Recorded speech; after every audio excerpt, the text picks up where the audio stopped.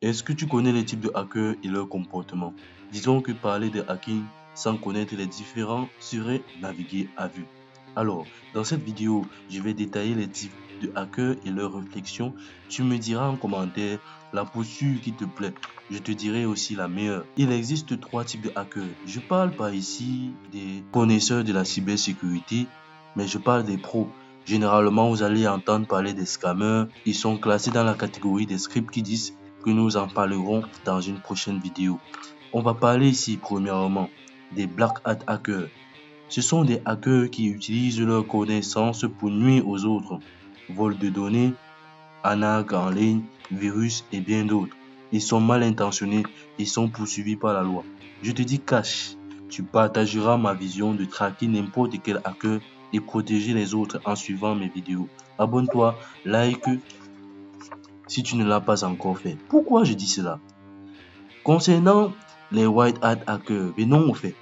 Tu seras sollicité par les grands et géantes entreprises comme la NASA, la NSA, la CIA, la DEA et bien d'autres si je veux seulement citer aux États-Unis d'Amérique. J'en passe. Et il y en a énormément. Le white hat pense comme un black hat pour pouvoir le contrecarrer, mais en respectant les lois et réglementations de l'entreprise. Le dernier, ce sont les grey hats. Ce sont des pros de la cybersécurité qui protègent l'entreprise, les clients, mais enfreignent de fois les règles pour pouvoir effectuer leurs tâches. Le souci, c'est qu'ils se mettent dans cette posture généralement à la hâte et peuvent handicaper l'entreprise de temps à autre. Particulièrement, je te conseille une fois avoir maîtrisé le hacking avec moi d'être un white hat. Non seulement tu es bien payé et tu es dans le respect de la réglementation.